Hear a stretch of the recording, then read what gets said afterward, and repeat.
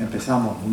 Buenos días a las asistentes y asistentes a esta conferencia que forma parte de los actos del 35 aniversario de nuestro servicio de publicaciones, y estamos ya en la recta final, ¿no? Y creo que de los grandes colofones pues tenemos pues la suerte de contar con la presencia y la sapiencia de Silvia Sengüeno, que es una de las personas que quizás podría mejor definir un poco lo que es este complejo, apasionante e interesante mundo editorial, ¿no? Vamos a caballo, Mateo lo sabe perfectamente, entre lo técnico, pero también todo lo que serían los valores y los parámetros de edición, corrección, calidad, aspectos tipográficos, ortotipográficos, y que de alguna manera hay que intentar compatibilizarlo.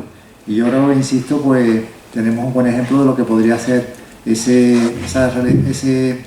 planteamiento ecléctico, ¿no?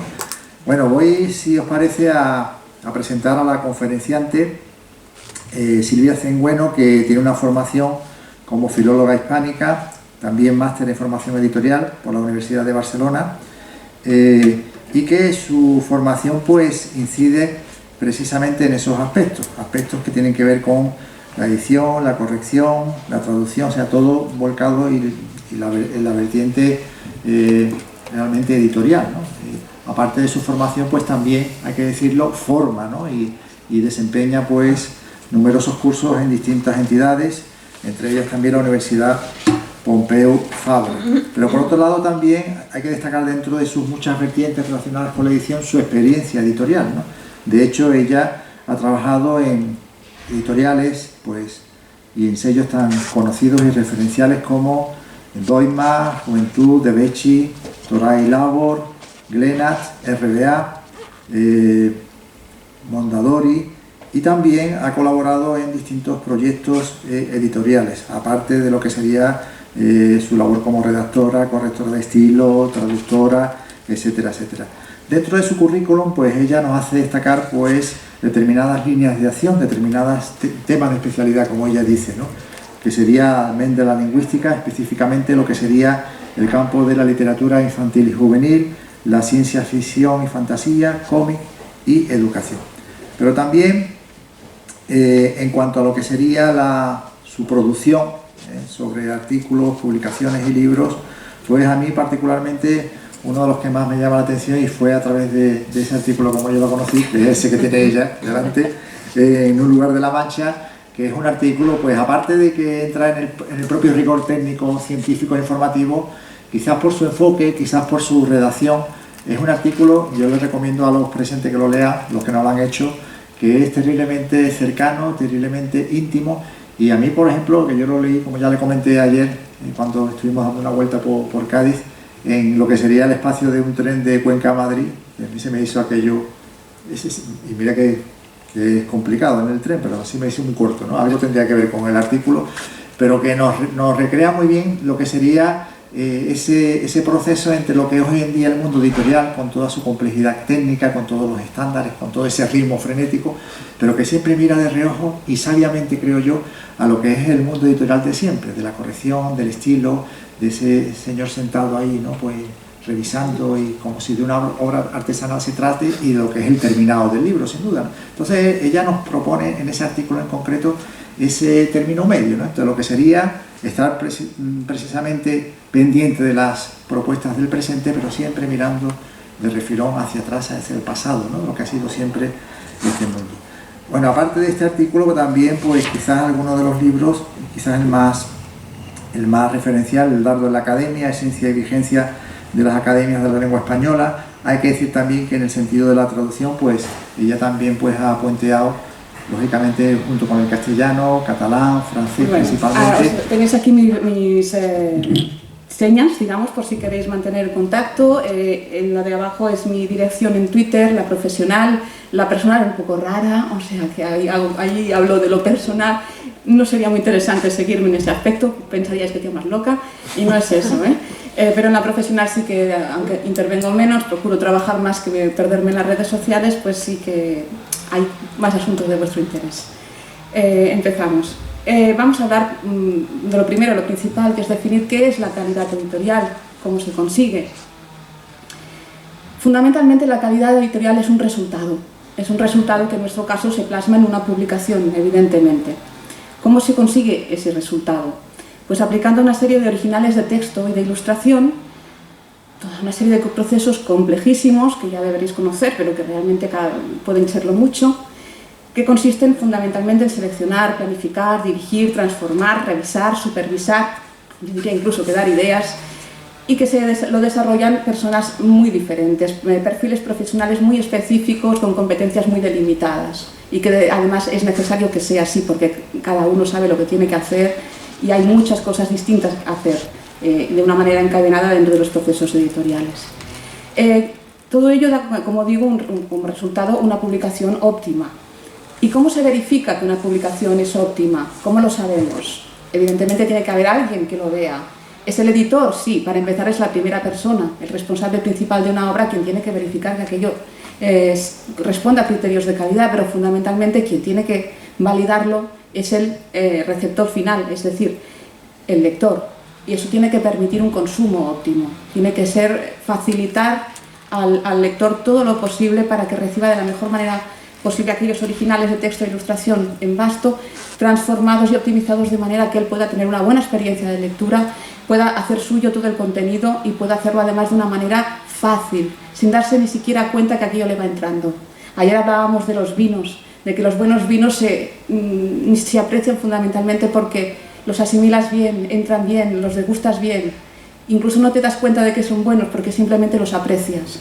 Pues un buen libro es lo mismo, se tiene que apreciar simplemente por sí solo, sin que uno se dé cuenta, porque aquello te está gustando y te está entrando, sin más. Vamos a ver, respecto a ese resultado del que hablábamos, a la publicación, ¿qué es exactamente una publicación óptima? Vamos a definirlo.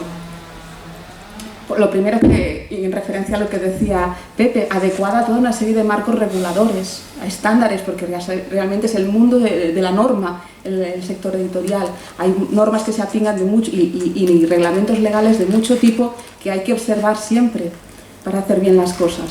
Pueden ser protocolos de calidad, normas lingüísticas, terminológicas, documentales, a veces recogidas en normativa internacional, de escritura técnico-científica, en el caso del mundo técnico-científico, y aquí hay un autor del campo matemático que lo puede verificar, reglamentos legales, códigos éticos que tienen mucha importancia en el campo de las publicaciones periódicas, cánones tipográficos, evidentemente, formas de componer adecuadamente un texto, también estándares de composición y formato digital y lo que vaya surgiendo, porque realmente siempre hay innovaciones tecnológicas que incorporan también nuevos marcos reguladores y que nos exigen desarrollar nuevos sistemas.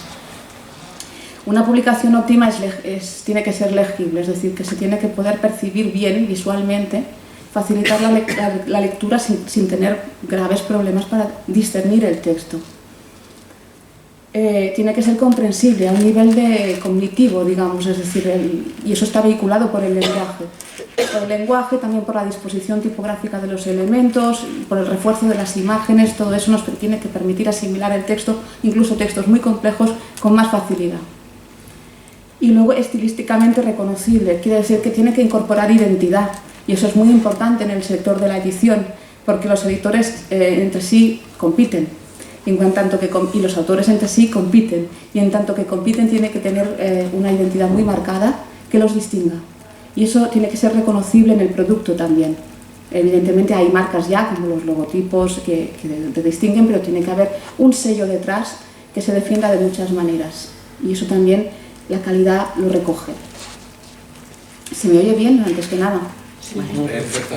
Bueno. Y por último, tiene que ser fidedigno, tiene que ser fiel a la voluntad expresiva del autor, que es una voluntad legítima. El autor es el primer y último propietario de una obra. Y a veces un editor se apropia de su obra y hace con ella lo que quiere. Y primero tiene que estar atento a no transgredir la ley de propiedad intelectual, evidentemente. Hay una cesión de poderes por parte del autor, que están normalmente en forma de contrato. Pero igualmente hay que ser muy fiel a esos límites y ayudar al autor, no suplantarlo. Entonces la calidad también incorpora ese principio de respeto y de acuerdo, y obliga mucho más al editor a estar en comunicación con el autor, a colaborar, a nutrirse mutuamente, a mejorar en conjunto y con buena sintonía la obra.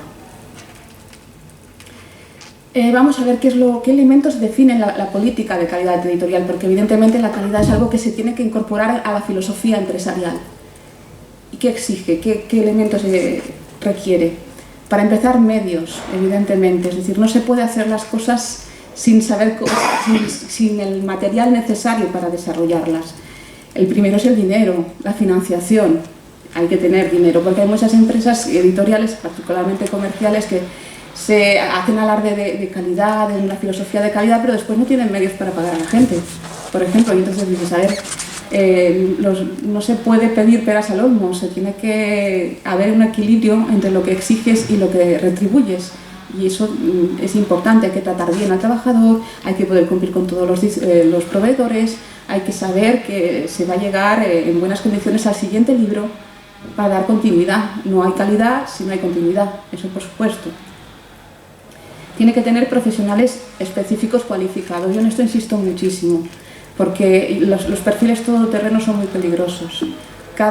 Yo diría incluso que dentro de la edición de textos, que es lo que yo más domino, cada perfil cualificado requiere un cerebro distinto, unos ojos distintos, una manera de enfocar las cosas muy diferente. Y no se puede compaginar todas esas maneras de hacer funcionar al cerebro a la vez. E incluso una misma persona, cuando no ve un problema, si vuelve a encontrarse con ese mismo texto en fase más avanzada, seguirá sin ver ese problema, mientras que otro le sirve de complemento y de contraste. Gesticulo mucho, le voy a dar tortazos a esto, aviso. Hay muchísimo personal básico, digamos, en las editoriales, incluso en las más pequeñas, tendría que haber un mínimo de 4 personas diferenciadas o 5. Exclusivamente me refiero al proceso de transformación y optimización del texto, que es el de preimpresión, fundamentalmente. Aquí tenéis mencionados unos cuantos, todos tienen perfiles muy diferentes, algunos son externos, otros son internos, se puede hacer equipos también, digamos, en periodos muy ritmizados, que sean más volátiles y otros más fijos, pero en todo caso tiene que haber equipos complejos.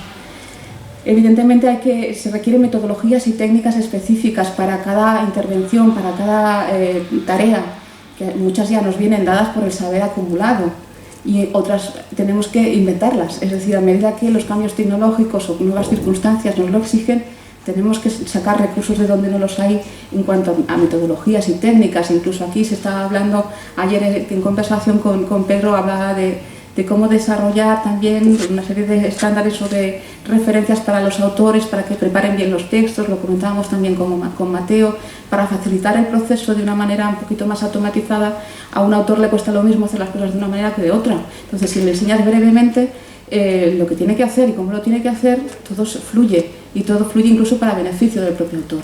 Eso se tiene que ir desarrollando, pero se desarrolla siempre a partir de una filosofía de calidad, de querer hacer las cosas bien y fluidas. Y luego, pues evidentemente, protocolos, procesos. Los procesos también están muy establecidos y hay innovación, pero hay una progresión que más o menos se respeta, que es del más detalle a lo más grande, se suele ir, ¿no? Esto ya he visto. Bueno, también, otro elemento que define la política editorial de calidad son los criterios. La filosofía propiamente, lo que define la filosofía. La sostenibilidad, es decir, hemos dicho que hacía falta financiación, sí, de acuerdo, pero sin morir en el intento. Es decir, vamos a ver los bancos, que nos demos mucho dinero, o las instituciones, qué bien cuánto presupuesto tenemos. Sí, pero que ese presupuesto nos garantice que vamos a poder continuar, que no nos lo fundamos por hacer una obra muy bonita, que luzca muchísimo, pero que luego no tenga retorno. Tiene que haber una continuidad, por tanto, tiene que haber un equilibrio entre calidad y rentabilidad. Eso en ediciones comerciales es fundamental. Lo malo es que hoy en día prima el criterio de rentabilidad por encima de cualquier otro, y es un criterio destructivo. Destructivo porque es un ámbito que requiere, para preservarse, pues fundamentalmente de mucho oficio, de una lentitud, de un arte, y de tener muy claro que estamos haciendo difusión cultural y alimentando además el futuro de la difusión cultural. Con lo cual es importante tener en cuenta que hay que equilibrar las cosas.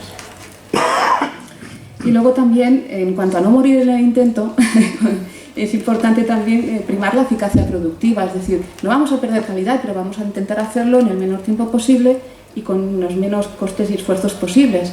Y eso se consigue pues afinando mucho los procesos, afinando mucho la metodología, preparando muy bien los equipos, con mucho ingenio, con mucha argucia, pensando mucho.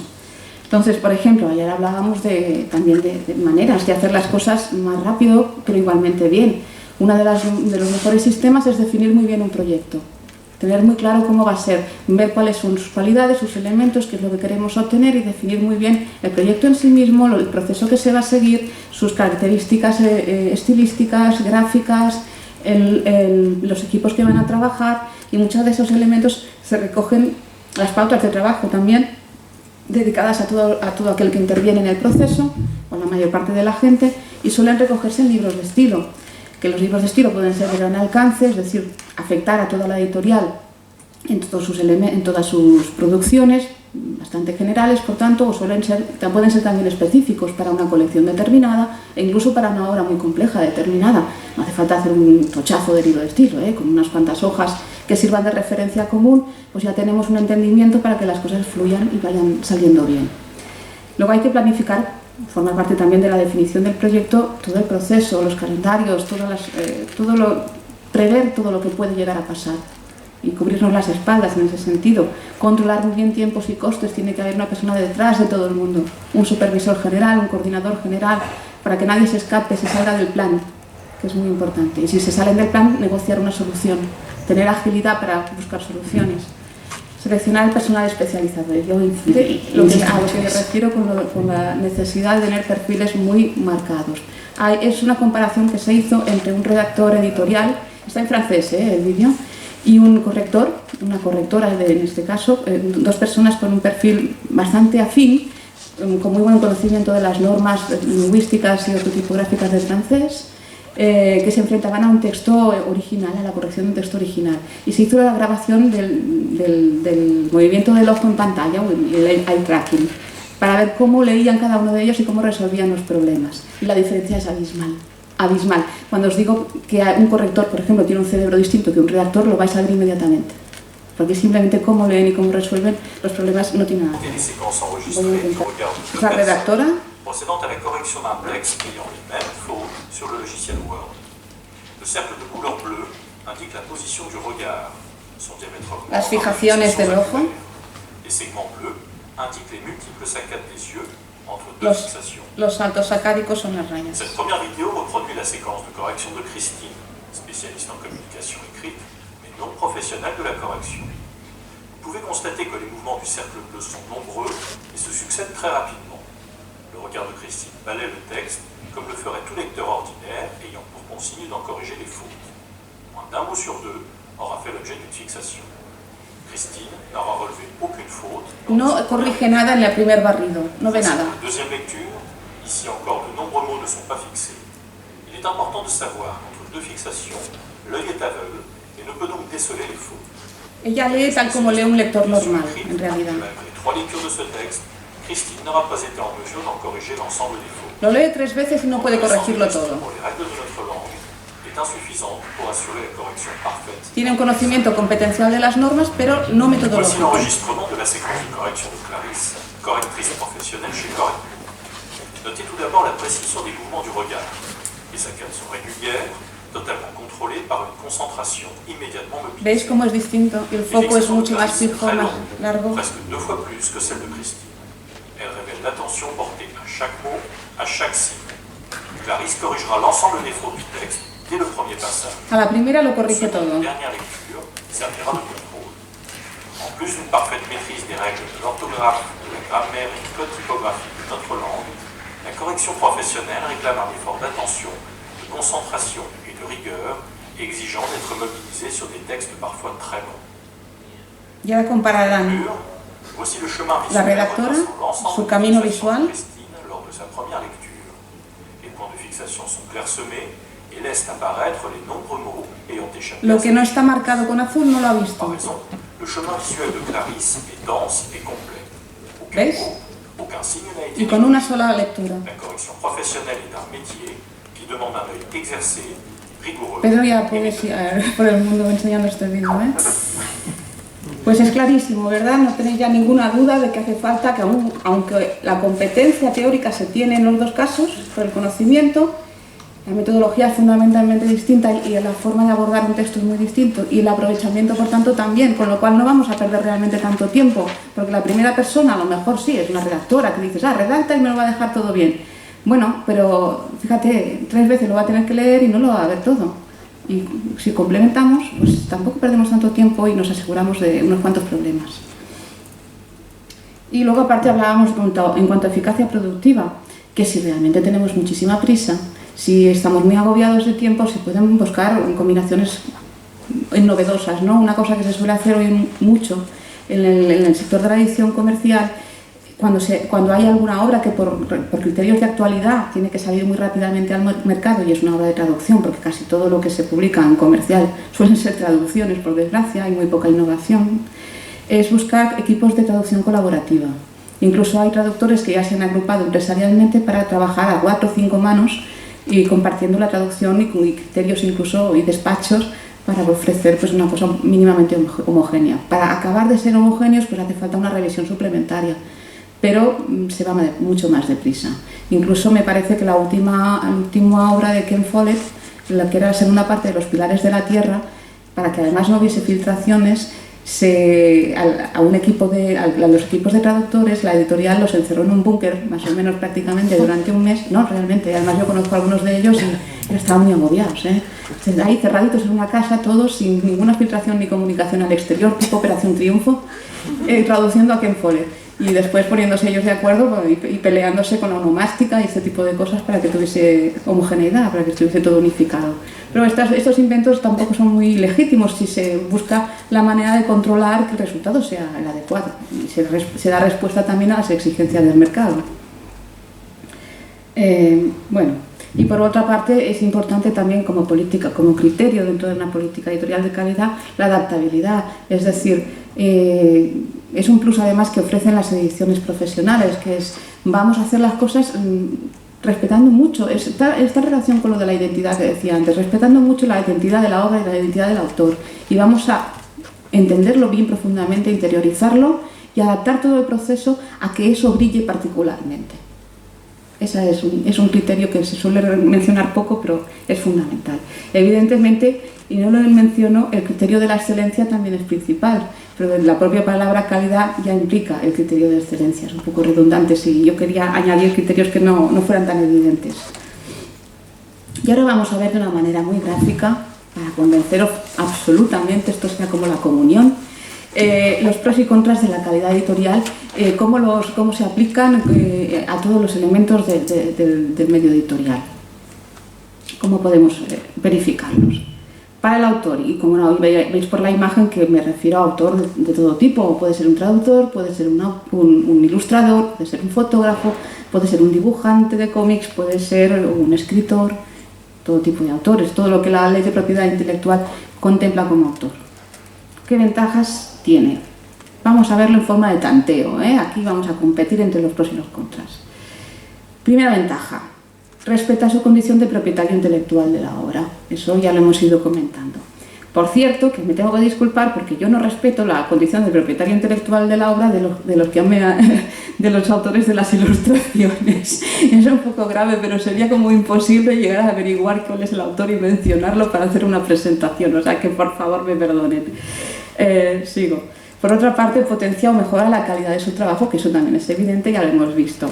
En cuanto a la legibilidad y la comprensibilidad, que precisamente esta ilustración no es la más legible del mundo, mira por dónde, pero ya me entendéis. Es decir, la legibilidad a nivel tipográfico, la comprensibilidad a un nivel lingüístico.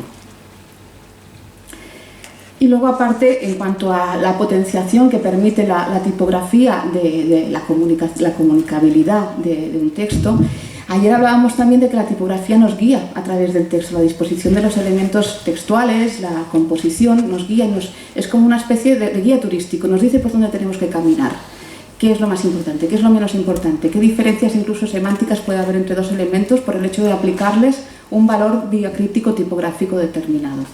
Ved aquí lo que es en la izquierda un texto plano, sin ninguna relevancia, bueno, sí hay una continuidad, pero no hay una relevancia tipográfica de ningún tipo aplicada. Y en la derecha sí que hay una disposición distinta, cuerpos de letra distintos, variantes por inclinación distintas, y eso nos comunica cosas diferentes y nos cambia el orden de lectura de una manera inapercibible. No nos damos cuenta, pero ya no leemos en la misma sucesión. Vamos primero a lo principal, luego justo lo secundario, que está destacado también con una variante muy particular. Esa cursiva además nos dice que eso no forma parte del nombre propio de la ciudad de Mendoza, sino que es un nombre antonomástico, ¿no? Como Ciudad Luz o Ciudad Condal. Nos vamos fijando en elementos distintos, la tipografía nos guía y eso evidentemente potencia la comunicación del mensaje y nos permite centrarnos en lo que es más importante, establece jerarquías, órdenes de lectura, etc. Y luego evita una mala imagen pública como tercera gran ventaja. Yo no sé si lo veis lo suficientemente, esto es una obra auténtica, una obra técnica, del tipo que se podría publicar en un servicio de publicaciones universitario, una obra sobre proceso monitorio de textos legales. Fijaos en lo que pone en el último párrafo, la última línea. Ya no os quiero hacer leer mucho porque es un texto un poco borroso. ¿Qué pone? ¿Lo veis? Coño. ¿Qué coño hace ahí ese coño? ¿No? Bueno, pues estaba ahí en la publicación impresa y yo ya he estado mucho tiempo formando en el gremio de editores, haciendo formación continua a personas en activo. Y como me sabían coleccionista de rarezas, me iban trayendo lo que encontraban en su editorial. Y aquí esto tiene una historia detrás, pero una historia detrás que tampoco es tan extraña, ya pasa. Quiero que me hagáis un poco apuestas para saber cuál es el origen de ese coño. Se frustró el corrector y... Eso es lo que más dicen. Coño, sí. Yo siempre he pensado, cuando he maquetado libros, que por qué no ponía Viva el Betimán que pierda. Sí. Y yo pienso que puede ser de eso, de que puso el texto y puso coño. Eso todo el que es profesional cree que es, pues eso, ¿no? Algún tipo de terrorismo de alguien que se aburre, de alguien que está frustrado y que deja ahí su marca, ¿no? Una morcilla de alguno de los profesionales del proceso. Pues no, esto es el propio autor. Os cuento cómo es que eso llegó a publicarse. Porque además no solamente era coño, o sea, aparecía mierda, puta, de todo a finales de párrafo. Resulta que esto era una editorial que fundó una persona que tenía un excedente financiero.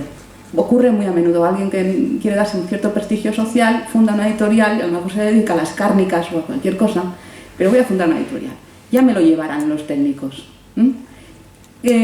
No sé por qué razón, creo que la hija del editor o algo así estaba en el mundo legal, dijo, mi hija puede coordinar un poco los autores y tal.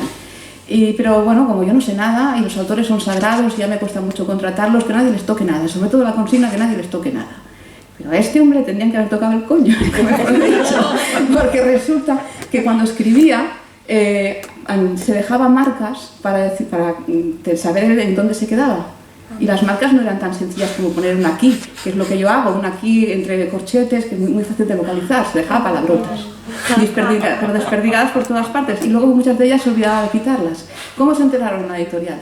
Pues porque llamó un cliente abochornadísimo, evidentemente, mire señorita, tengo aquí un ejemplar vuestro, hay un problema, ¿qué he encontrado? ¿Ratas? No es exactamente una rata. Bueno, fue una conversación muy curiosa, que abochornó muchísimo a las dos partes. Se comunicó al propietario y el propietario mandó a partir de ese momento no corregir las obras, sino buscar simplemente una lista de palabras clave en ellas de este tipo y eliminarlas, pero no aprendió nada de este susto. Y ahí eso ha quedado como curiosidad para mis cursos, ya veis. Pero estas cosas pasan y realmente abochornan tremendamente. Y aquí otro caso de bochorno importante, que además fue costoso. Martínez de Sousa, lo tenéis que conocer la mayoría, pues es el padre de todos los profesionales de la edición, grandísimo sabio, maestro, el que más sabe de biología, editología, ortotipografía, ortografía, tipografía de este país y en todo el mundo hispánico en general. Martínez de Sousa publica con TREA desde hace muchos años y estas fueron sus memorias, que además pude corregir yo. No soy la culpable de lo que aparece aquí. ¿Lo veis? Sí. Vale. Es la típica errata que no se ve si no lees el texto propiamente. Si simplemente lees como un lector, haces la sinalefa, una aventura, y no la ves la errata, porque en tu cerebro suena bien. Entonces tienes que leer con ojo tipográfico, que es decir, leer la letra, fijarte en la forma. Si te fijas en la forma, y como aquí tenéis todos el ojo tipográfico muy entrenado, lo podéis captar, y porque os he avisado, pero si no, a lo mejor también pasa por encima los ojos y ya está. Pues en este caso ocurrió que evidentemente, siendo una cubierta de una obra de Martínez de Sousa, esto era imperdonable. Llegó a librerías, se tuvo que retirar, se tuvo que retapar, eso es un coste. Para una editorial que no se juega el budget, digamos, el presupuesto, pues no es grave, pero es que TREA es modesta, tiene un campo muy técnico, entonces sus ventas son importantes. Y ahí tuvieron que hacer ese trabajo. ¿Y por qué ocurre esto? Pues porque pasa, por desgracia, que los procesos editoriales, bueno, sabéis que tripa y cubierta normalmente van por separado, pero en un momento dado, además, la cubierta se quedó exclusivamente en los departamentos de marketing, porque como es aquello, el elemento que vende, el que se presenta al público, parece que eso ya no requiere un trabajo de edición ni de supervisión, y muy a menudo se obvia, y pasan muy frecuentemente estas cosas. La cuarta ventaja, que aumenta el prestigio editorial y social del autor, evidentemente, si se hacen bien las cosas, porque parece que sea él el responsable de hacerlo tan bonito. Pues el nombre que figura, aunque sea el editor, que figura siempre mucho en un lugar secundario, quien queda bien por encima de todos es el autor. En cuanto a inconvenientes para el autor, no tiene ninguna la calidad editorial, todos son ventajas. ¿Pues veis que estoy vendiendo el pescado? Pues voy a seguir vendiendo. Para el proceso editorial propiamente, ¿qué aporta esta filosofía? En cuanto a ventajas, pues la primera, que nos proporciona protocolos, nos dice en qué sucesión se tienen que hacer las cosas y cómo tenemos que hacerlas. Y son estándares de referencia, nos evitan improvisar y tener que inventar. Yo también comentábamos ayer que como formadora del gremio editorial de Cataluña durante muchos años me fui encontrando con profesionales en activo que habían ingresado en ese sector sin tener absolutamente ni idea de cómo se hacían las cosas, pero además equipos completos que se inventaban la manera de hacer las cosas, por ensayo y error, auténticas barbaridades, evidentemente. Y cuando llegaban a los cursos dicen, anda, pero si eso se hace así, ojo, hijo mío, pero ahí está, hay libros. Como segunda ventaja, ahorra costes y demoras, evidentemente, eso ya lo hemos visto con el caso de Martínez de Sousa, pero este fue muy famoso en Cataluña, porque fue la cubierta de uno de los últimos Astérix que se publicaron, ya obra de Uderzo, antes de que muriera, que es el cielo cae sobre nuestras cabezas, que es una frase típica de los galos, lo que más temen que el cielo caiga sobre sus cabezas, no a los romanos, y en catalán pues el verbo caer no es pronominal, como en castellano.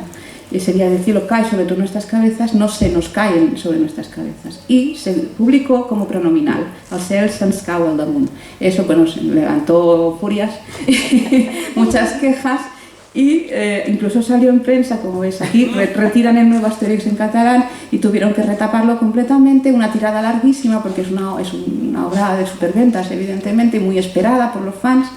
Y además tuvieron que hacer devoluciones de todos los ejemplares que estaban defectuosos, pero hubo mucha gente, evidentemente, que se los quedó, porque son piezas de coleccionista, por otra parte, y los conservan, porque con el tiempo cobran valor.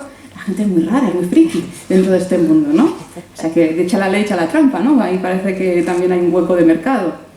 Bueno, en cuanto a desventajas, pues la única es que enlentece el proceso y exigen plazos más holgados, pero eso hay que tenerlo en consideración. No puedes coger y tener el horno lleno de bollos y poner más bollos porque no hay sitio, entonces tienes que esperar que salgan unos y poner los otros porque si no quedan mal cocidos y los sacas antes de tiempo. Eso por supuesto. Bueno, aquí me corre la página. Ahora, para el producto editorial, ¿qué ventajas y qué inconvenientes tiene? Lo que es propiamente el libro, la publicación. Estoy siendo un poco redundante, pero así os convenzo más.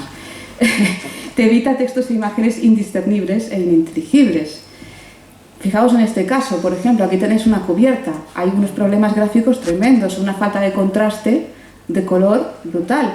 Y no solamente la falta de contraste, porque ya veis aquí que los textos en blanco están fundidos sobre el fondo blanco, los textos en esta especie de crema también se funden con el fondo. Es que aparte hay un montón de errores de composición. El texto, el título siempre suele ir, lo tengo que marcar aquí, en esta zona que es la línea áurea, más o menos a 3/4 de altura desde la base de la caja de composición. ¿Por qué? Porque es la zona donde el ojo converge de forma natural cuando se posa sobre la página. Es la zona del principal foco de atención de la vista. Entonces lo más importante tiene que ir allí, por eso los inicios de capítulo arrancan en esa zona. Y en cambio el título lo tenemos arriba, y no solamente lo tenemos arriba, lo tenemos tapado por una pestaña de tipo comercial, con lo que ni siquiera lo podemos leer entero. El autor se tiene que ir ahí a buscar por algún sitio. Esa especie de sumario que hay por ahí, que no hace ninguna falta, que no se ve, esto es un desastre. Pero cosas de este estilo pues abundan más de lo que uno podría esperar, ¿no? Y es falta de oficio. Es lo que os decía, es llegar a un medio editorial sabiendo quizá utilizar un programa de autoedición, no teniendo ni idea de qué se hace con los textos y con las imágenes, ni idea de cómo tratarlos y cómo disponerlos de manera que obtengamos algo que funciona. Y eso es muy recurrente. El mundo de la prensa es inacabable, ¿no? Vale, lo he entendido perfectamente. Se estrella con árbol y muere, pierde la vida y muere. Más muerto no puede estar. Eso nos ayuda a reírnos un rato. Eso es ridículo, ¿no? Te ahorra, pues, aparte, confusiones tremendas. Esto es una obra didáctica. No sé qué es lo que enseña exactamente, ¿no? Teóricamente tiene que ser la comparativa entre la cadera humana y la cadera de los caballos, pero la disposición no es la más adecuada. La forma de las cosas también nos invita a pensar cosas raras. Esto un niño lo ve y no sé qué imagina. Es suerte que los niños son muy inocentes, pero el padre, desde luego, se puede enfadar mucho, ¿no? Y luego textos enloquecedores, absolutamente enloquecedores. Esto es real. ¿Vale? En la publicación diaria, las dos viñetas del clásico de los 8 errores de Laplace eran iguales. ¿Quién indemniza a los pobres lectores que se debieron volver locos y alguno que debió creer que los había encontrado? Porque debían enloquecer, ¿no? Bueno, pues estos sustos son demasiado recurrentes. Luego, estas paradojas. ¿Cómo estás de ortografía? Pues anda que tú, ¿no? Tú estás estupendo. Dices, esto es una argucia comercial, a lo mejor. No, sería una argucia comercial si fuera un buen libro, pero ya se ve por la cubierta que es chapucero. Con lo cual es en congruencia con lo que es el propio sello, ¿no? Con el código de barras en la cubierta. Dices, ¿qué hace ahí el código de barras? Evidentemente que la ortografía la tienen que aprender en la propia editorial y más cosas. Y luego va en contra también de normas lingüísticas, de cánones tipográficos. Esto es una edición de Almuzara. Almuzara es una editorial andaluza, la tenéis que conocer, la de Pimentel, que además Pimentel se distinguió durante mucho tiempo por ser una persona que no pagaba a sus colaboradores y a sus trabajadores. Y con lo cual eso a lo mejor se deriva, en este caso sí, de algún tipo de ese sabotaje, ¿no? Le falta el punto a la I. ¿Pero por qué le falta el punto? Pues porque han reducido la interlínea artificialmente. Han eliminado la interlínea natural, y al no haber interlínea natural, ahí topaba el punto de la I con la E. Estaban topando las bases de la línea con los signos. ¿Hacía falta eliminar la interlínea natural? No, en absoluto. Esto es gratuito, es hacerlo mal por ganas de hacerlo mal, ¿vale? ¿Eso ocurría solo en la cubierta? Pues no, había otra variedad en la portada. Allí también han reducido la interlínea natural y se engarza el bucle de la G con el punto de la I. ¡Qué bonito! ¡Qué bien! Parece un ojito. Bueno. Pues esto simplemente es inutilidad extrema. Lo bueno es que Pimentel encima tuvo los arrestos de hacer un manual del editor, de lo bien que lo hago. Voy a explicarlo a la gente. Digo, hombre, primero aprende a editar, luego lo explicas. Qué mala soy, ¿eh? Bueno, es que yo me voy vengando. No, hay que enseñar las cosas como hay que hacerlas y como no hay que hacerlas. Esa como primera ventaja. Como segunda ventaja, lo que hemos dicho ya, que potencia la capacidad comunicativa del texto y de la imagen. Aquí tenéis, por ejemplo, por una parte, un bocetaje y una diagramación de una obra divulgativa sobre razas caninas.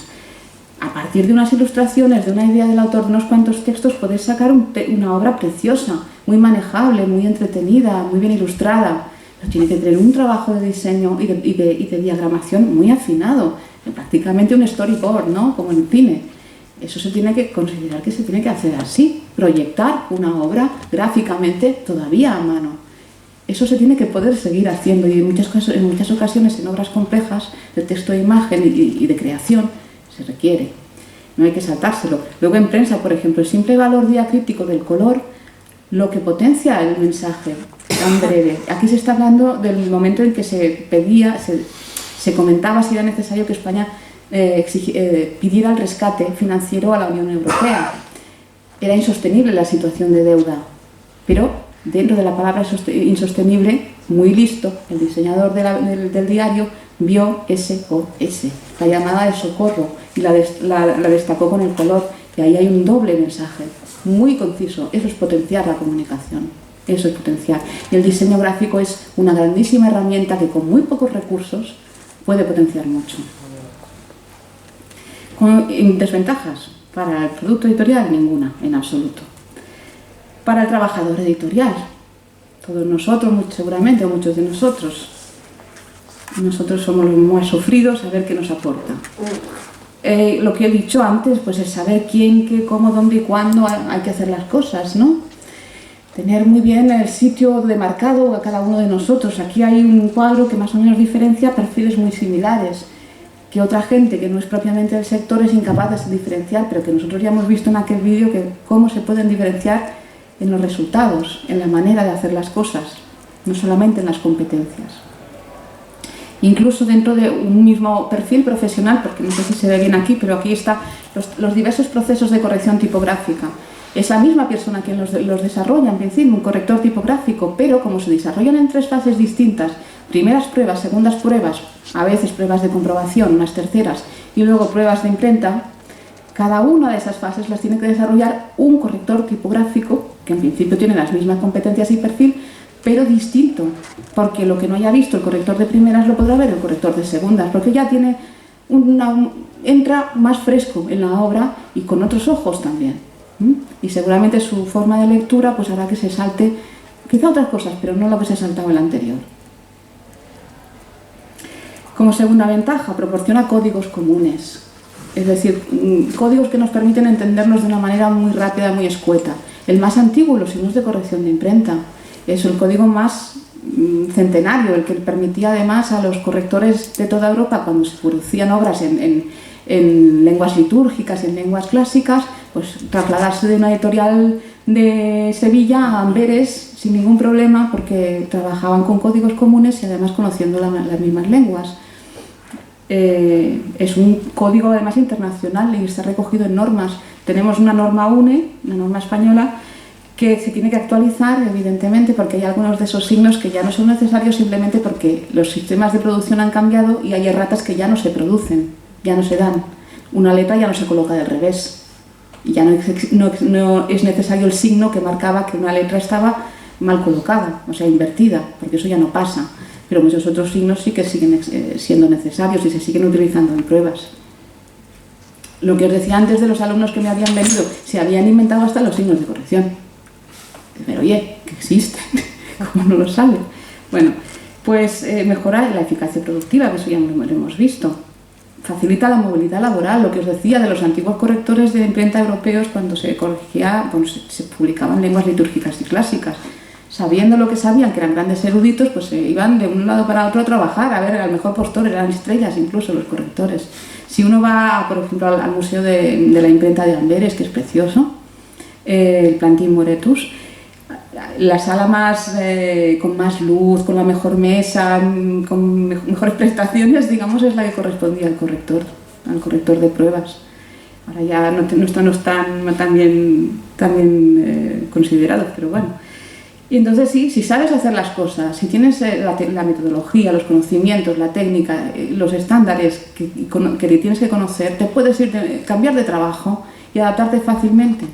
Es decir, que facilita eso, no te tienen que enseñar ni tú tienes que aprender gran cosa más, te tienes que adaptar muy fácilmente.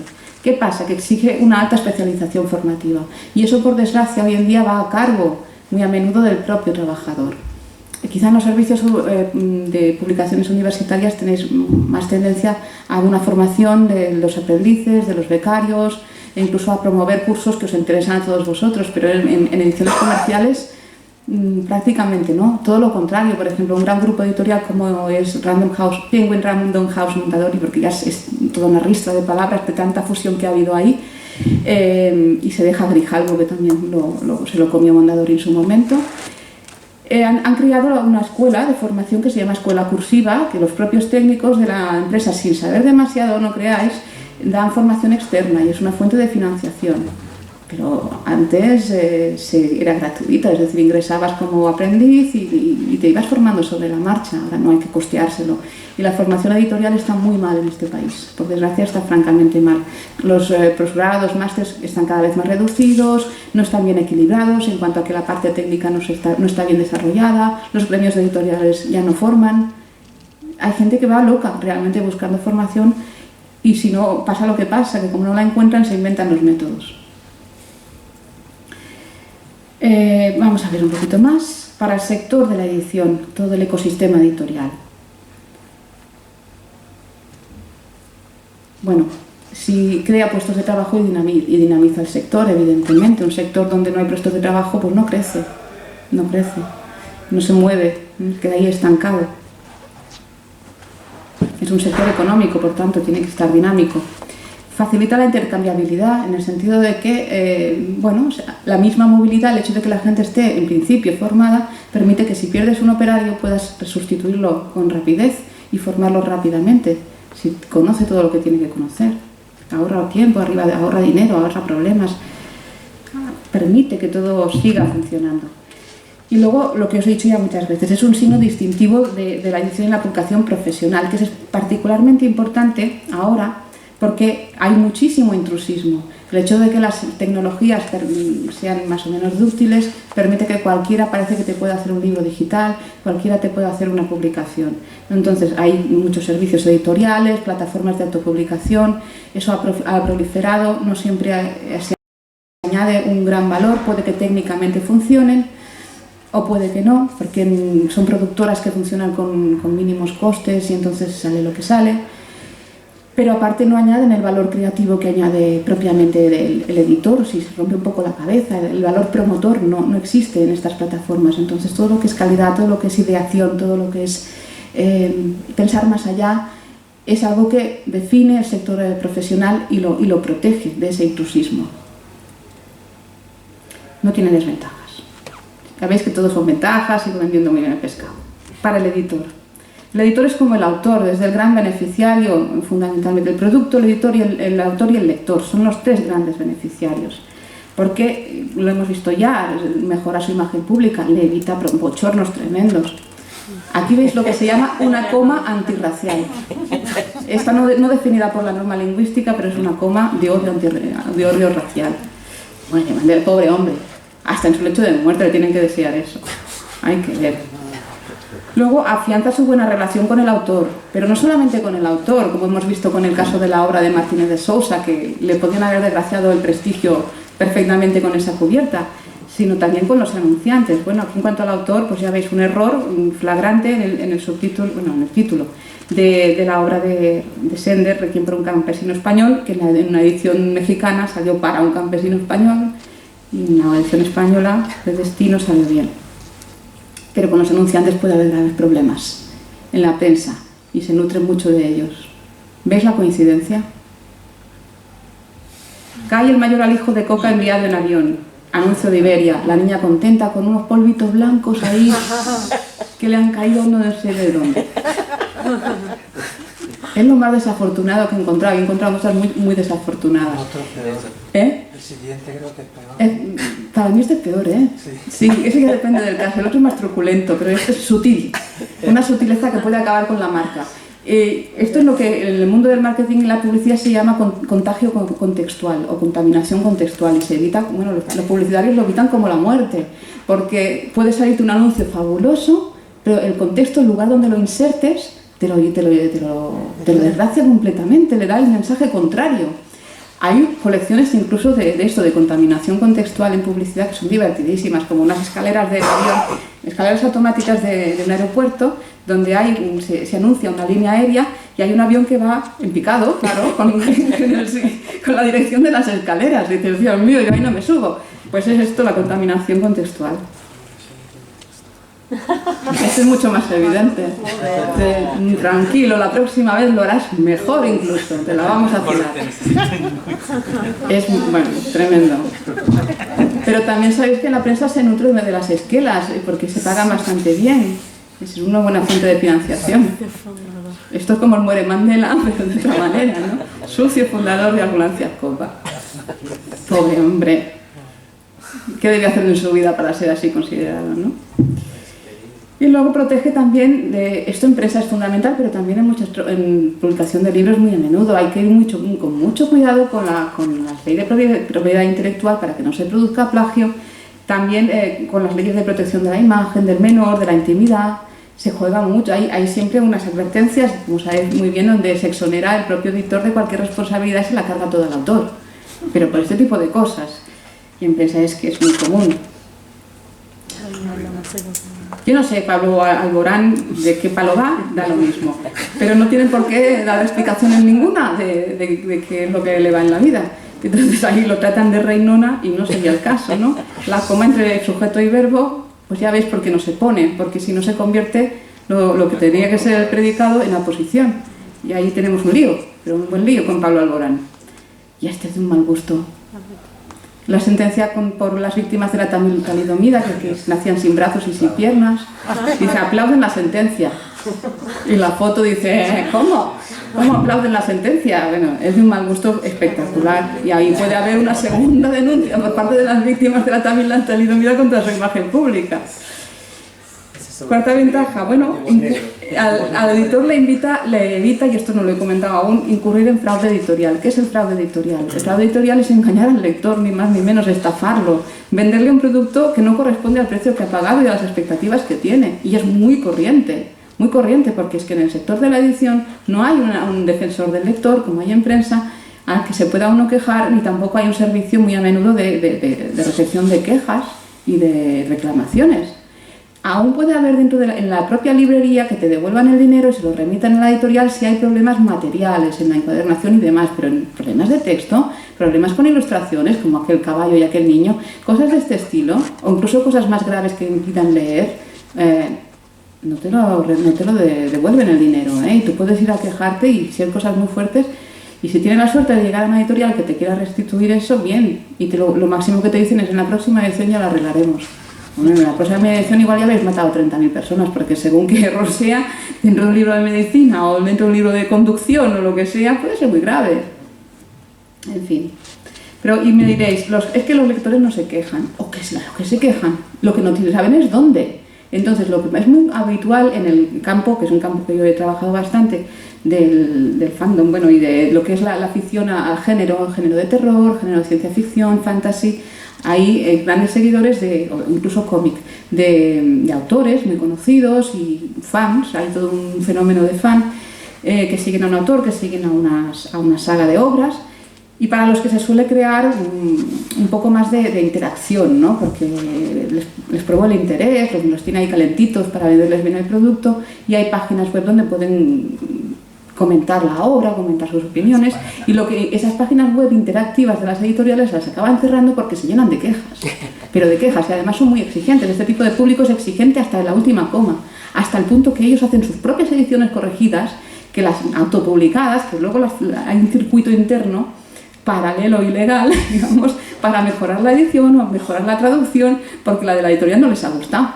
Y ahí hay, por ejemplo, para este caso, una editorial de novela negra, una colección de novela negra de Mondadori, había una página habilitada en el blog Malapartiana, que es de un traductor que es también profesor en la Autónoma de Barcelona, recogía toda una serie de quejas, como de, no sé, dice, parece que otros lectores encontraron los mismos errores que noté al leerlos, errores básicos, guiones del diálogo donde no corresponden, artículos de más o de menos, una pena, parece una edición casera, ojalá corrijan este error, así se podrá disfrutar de esta colección interesante, y todos los comentarios en esta misma línea, fundamentalmente errores lingüísticos. Y dices, bueno, si tienes hay un público fidelizado, no lo pierdas, porque vendrá tu editor, creará mejor oferta al autor, publicará mejor y tú ya has perdido un nicho de mercado. Como quinta ventaja, favorece el posicionamiento en el mercado. Ya os he dicho que favorece protege a todo el sector editorial profesional con respecto al intrusismo o a los que son exclusivamente servicios editoriales, productoras y autopublicación. Plataformas de autopublicación, pero también distingue a unos editores de otros, es decir, la calidad es un plus que yo me otorgo y puedo además demostrar que me distingue de otro editor y que al mismo tiempo me permite ese público que se le ha escapado a ese editor traérmelo para casa. Una editorial que hace mucho eso, que ya se planteó desde el principio con esta filosofía, es Nórdica Editorial, que publica autores nórdicos, es muy especializada, pero lo hace con unas ediciones preciosas, traducciones muy cuidadas, bien corregidas y unas ilustraciones maravillosas, son grandes proyectos. Y ellos lo dicen en su página web, lo dicen tal cual, dice: editamos los libros con el mayor cuidado. Creemos que la aportación de las nuevas tecnologías no debe suponer la pérdida de los oficios que hacen que el libro sea el mayor elemento de transmisión cultural, tanto por su contenido como por su presencia. Hemos sido pioneros en la realización de book trailers y estamos presentes en Facebook y Twitter. Prestamos especial atención a la selección de los textos y las traducciones, que es el valor aquel que os decía que añade un editor, pero también a su rigurosa corrección, la selección de los papeles y tipografías más adecuadas por su legibilidad y belleza, así como de las mejores encuadernaciones que aseguren la conservación del libro, porque evidentemente esto es importante. Un auditor tiene que crear catálogo, y ese catálogo tiene que ser perdurable, tiene que tener fondo. El fondo lo distingue, marca su sello. Tiene que tener una calidad material que permita que ese sello se conserve en librerías, en bibliotecas, en almacenes, como que tenéis vosotros, ¿no? Eso tiene que mantenerse allí en buenas condiciones. Esto lo he comentado ya, que añade un plus, eso es redundante. En cuanto a las desventajas, de nuevo lo mismo, enlentece el proceso, lo hace, hay que asumirlo, eso es así. Y los costes son algo mayores, pero tan mayores, volvemos a lo mismo, porque se rebate mucho la calidad por la cuestión económica. Hoy en día, como priman tanto los criterios de rentabilidad, dices, pues no tanto, es mucha boca. Por ejemplo, los que son muy batalladores en cuanto a correctores y editores de texto son el sindicato correspondiente de Francia, porque en Francia se organizan siempre en sindicatos, son muy listos, el tema laboral lo llevan muy bien cogido, no como aquí, que hay asociaciones de chichipún que no sirven para gran cosa, la mayoría de ellas, y incluso no sirven para el autobombo de 4 personas en muchas ocasiones. Y demostraron que para una tirada de 8.000 ejemplares, una publicación de unos 18 euros, el coste de las sucesivas revisiones y correcciones, que son varias, no supera el 0,47% del precio de venta al público. Es irrisorio el coste. Y lo que nos vamos a ahorrar después, como habéis podido comprobar. Para el lector, que es el grandísimo beneficiario también, junto con el autor y el editor y el propio producto, pues satisface las expectativas, es decir, él está pagando un precio, quiere disfrutar de una obra, quiere enriquecerse culturalmente, añadir conocimientos, pasar un buen rato, y paga un precio por eso que a veces no es precisamente barato. Si paga poquito, dice, bueno, pero si paga algo, hombre, es un dinero que cuesta, retribuyamos, que tenga un retorno, no solo para el editor, para el lector, es lo justo, es un pacto establecido. A partir de la compraventa hay un pacto establecido, un pacto comercial. Luego mejora su experiencia de lectura, por obras estéticamente bellas y proporcionadas, y aquí veis el valor de lo que es crear por parte de un editor. O sea, es una obra de tipografía que existe, que es preciosa, que está compuesta por dioramas y desplegables muy imaginativos, no todos son así, hay de mucho tipo, y se aprende tipografía, coleccionista para el que sabe de tipografía, pero incluso para un niño es muy didáctica. Esto es un valor creativo añadido no por el autor, por el propio editor. Una creación preciosista, muy bien realizada. Esto satisface mucho, aprendes más así todavía, ¿no? Luego evita el efecto disruptor, el cansancio visual. Hay una cosa que es tremenda para un lector, que es el abandono de la lectura. Y se abandona la lectura cuando llevas mucho tiempo no entendiendo nada, teniendo problemas, y te cansas y lo dejas. Y eso no es culpa del autor, muchas veces es culpa del editor. Es por el amor de Dios, pónmelo fácil. Aquí tenéis un caso, por ejemplo, este es un libro, yo tengo mucha afición por la psicopatía, cosas raras, ¿no? Y por trastornos de la personalidad, temas psicológicos así, pero graves, ¿no? Y me gusta mucho leer sobre psicópatas y sobre psycho-killers. Y hay varios especialistas en este campo, como Vicente Garrido, que es una persona de la Universidad de Valencia, que escribe libros divulgativos, no tan divulgativos, sobre el historial de este tipo de perfiles psicológicos. Y yo encontré uno que lo había escrito él a la limón con una redactora, una periodista, pero un desastre absoluto. Tuve que dejarlo, mira que el tema me interesa. Pero para que veáis lo que era constante en este libro, ya no eran solamente ratas, era como estaba redactado. El asesino del Zodíaco operó entre 1996 y 1974 y nunca fue apresado. Claro, porque viajaba en el tiempo. ¿Cómo lo iban a apresar? Imposible. Debía ser 1966, se supone, ¿no? De todas maneras siempre hay que verificar, no dar por supuesto que sea esa las fechas. Puede que el error esté en el 1974, yo qué sé. Puede ser cualquiera, pero esto era constante, esto y cosas mucho más graves. Aquí tenéis otro caso en el que hay que añadir también un valor al texto e incluso ir contra estándares, porque eso no lo he comentado, pero a veces los estándares también hay que hacerlos propios y ver si funcionan. Y aquí tenemos un estándar lingüístico, como es la nueva norma de la lengua castellana, que dice que ya no es necesario los diacríticos en muchos casos, por ejemplo en el solo adverbio o en el solo adjetivo. No lo es. Aquí veis un caso clarísimo en que sí, en que es necesario, porque muchas veces nos encontramos en que en publicaciones los textos van aislados, no se nutren del contexto, no desambigua el contexto, y por mucho que la norma diga no, ya no hace falta, cuando te encuentras que hace falta, lo aplicas y arre, y a pelearte con la academia, no pasa nada. Siempre han ido por delante las ediciones en lo que es establecimiento de estándares y normas, porque son los que ponen a prueba las necesidades del texto, porque se presenta en muchas circunstancias. Y ahí veis que sí, porque no se sabe si que gobierne solo, o en solitario, o solamente sería peligroso. No se sabe qué significa. Lo puedes incluso leer de las dos maneras, no lo sabes, con énfasis distintos, según entiendas una cosa o la otra. Luego, evidentemente, dices, bueno, lees la noticia y lo aclaras. Pero ¿cuánta gente lee los titulares y no lee las noticias? Pues dáselo mascado, ¿no? Ese es nuestro valor, dar mascado a las cosas. Y optimiza la manejabilidad de la obra, eso que decíamos que la tipografía nos lleva, la tipografía nos guía, nos permite navegar por la obra. Aquí tenéis una cosa, esto es un diccionario onomástico del tango, me parece que era, de grandes nombres del tango. ¿Qué es esto que veis a la derecha? A ver si me sabéis definir esto. ¿Qué es? Aparte de una sopa de letras. ¿Qué función cumple? Un índice, ¿no? Algo así, ¿no? Un índice, porque a veces está alfabetizado. Funciona como un índice a efectos funcionales, nos permite localizar los textos, las entradas. En realidad no, porque ¿cómo deberían aparecer dispuestas para que fueran fácilmente localizables? Encolumnadas, todas las entradas, ¿no? Para que por orden alfabético, mirándosela por la izquierda, lo fuéramos encontrando muy rápidamente. Eso es la disposición adecuada. La sabe todo, aquí es donde vemos la persona que no tiene ni puñetera idea de composición y de funcionalidad tipográfica y hace cuadros bonitos, pero que no sirven para nada, no guían al lector, no le ayudan de ningún modo. Entonces esto es propiamente ni siquiera un índice, es un lemario, que es toda la recopilación de las entradas de un diccionario que aparecen al principio para que uno sepa qué es lo que hay, que además indica fundamentalmente, sería más indicativo si nos dijera dónde está cada una de las entradas, dónde empieza, sí, pero esto no sirve para nada, absolutamente para nada, es un cuadrito, una sopa de letras. Como tercera ventaja, esto es importante, hay una responsabilidad social por parte del editor, una responsabilidad didáctica, y con los más jóvenes es realmente importante. Hay gente que está aprendiendo, aparte de aquel de los caballos que aprende los huesos y demás, no tiene que aprender nada más, también aprende el código escrito y lo tiene que aprender adecuadamente. En cambio, hay una dejadez en ese campo tremendo, en lo que son las obras de evasión para jóvenes, de lectura y demás. Hoy ya no tanto, pero en el mundo del cómic es tremendo. Yo soy muy comiquera y además he trabajado produciendo cómics.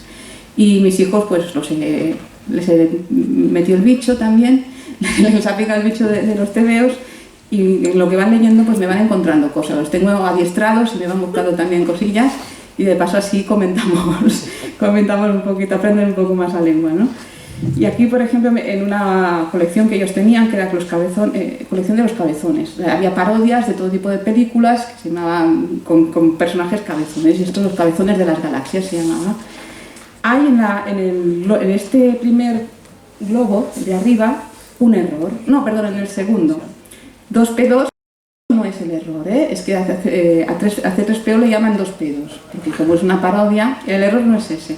Si lo podéis leer y me decís cuál es, lo comentaremos porque es muy divertido.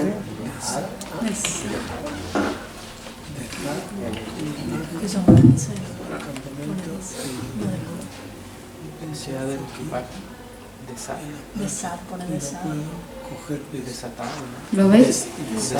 Desat, ¿no? 2P2 desat el equipaje y monta el campamento, bla, bla, bla. Desat. ¿Cómo falló ese desat allí?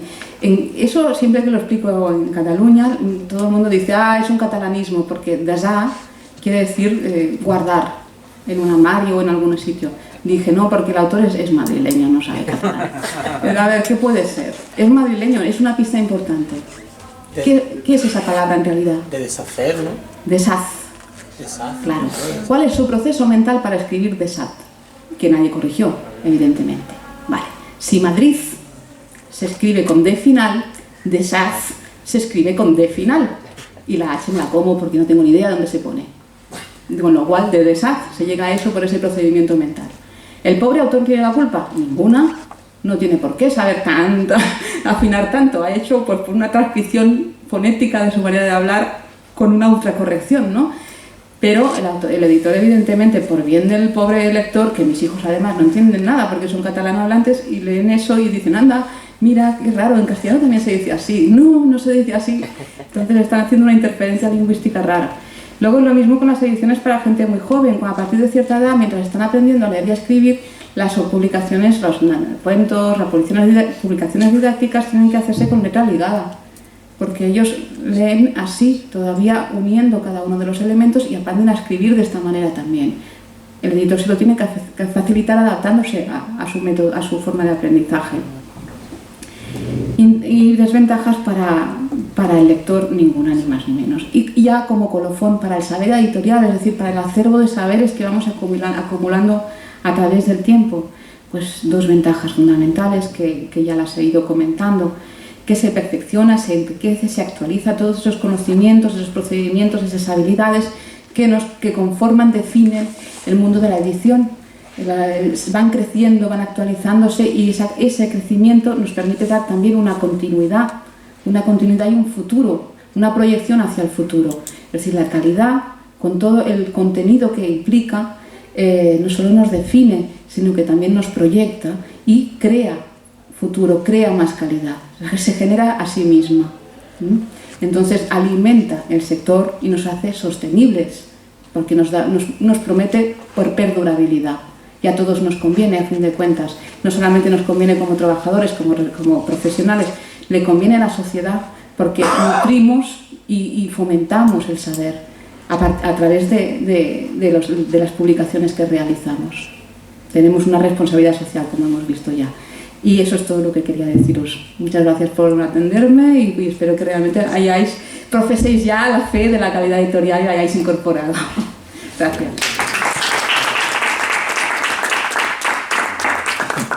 Muchas gracias, Silvia.